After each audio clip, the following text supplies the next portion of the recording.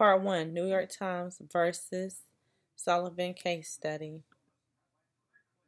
On March the 29th, 1960, the New York Times published He's There Rising Voices, an advertising page that described action against civil rights protesters, including statements about police and their actions against civil rights protesters. Sullivan stated these statements defamed him. Who are the parties to the case, and what facts led to their dispute? The plaintiff, a commissary from Alabama named L.B. Sullivan, is suing the defendant, the New York Times, for advertising that discussed the actions of police during the civil rights movement. The fact that police were mentioned and all information in the advertisement was not necessarily true. Sullivan felt that he was defamed and claimed that ad was referring to him because of his responsibility over the police. The advertisement was described as a wave of terror after a student had sung on state capitol steps. Truckloads of police armed with shotguns rung the campus, and students were padlocked in the dining hall to starve. Southern volunteers answered Martin Luther King's peaceful protest with intimidation and violence. They bombed his home and almost killed his wife and child. They assaulted his person. They arrested him 7 times. They charged him with perjury and a felony offense. The statement does not mention Sullivan by name. Sullivan claimed that paragraph 3 and 6 had offenses and determinate language. Why did Sullivan feel his reputation was damaged by the New York Times published? Savanas felt that his reputation was damaged by the New York Times published because his former employers were as a witness. He told the court if he had believed things mentioned in the advertisement, he would not rehire Sullivan. He wouldn't want to be associated such as an individual, and none of Sullivan's witnesses testified they believed the story. Sullivan does not make any attempt to prove that there was any monetary damage to him through the defamation. The defamatory statement is one that holds a person up to public hatred, ridicule, or scorn. A statement that lowers a person standing in the eye of others. Versus a person of social contact because of shunning. A statement that impairs a person's ability to work or hold a job. Sullivan felt his reputation was being damaged because he was the overseer of the police department and single source of the department's actions. What are the elements of defamation label? Since Sullivan was a public official, what did a plaintiff have to prove in the case? 6 elements: publication, identification, deformation, fault, falsity, and injury. He must prove the statement were made with intentions to injure the responders and reputation, and statements are made about him.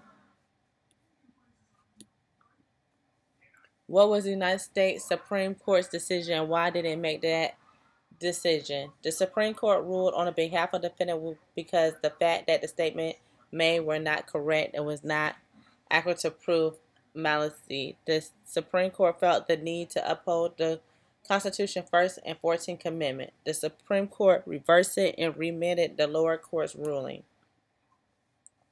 Part 2, Grits versus Wash Case Study. Who are the parties to the case and the pretenders of a private person or public figure? The parties in this case include the respondent Robert Witch and the pretender Grits. The pretender was not a public figure. What are the alleged department statement about Grits in the American Opinion article? The pretender alleged that wrote the National Murder Trial was a conspiracy simple meant to discredit the police. This one alleged called the pretender a confronter and stated that the pretender had a criminal record. What was done to confirm the accuracy of allegations against Grits? Nothing was done to verify the accuracy of allegations against Grits.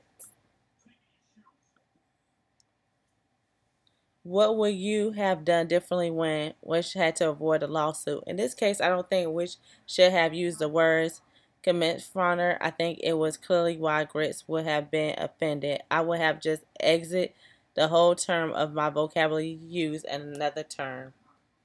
What is your state's law? Research your state's law using this link. State law.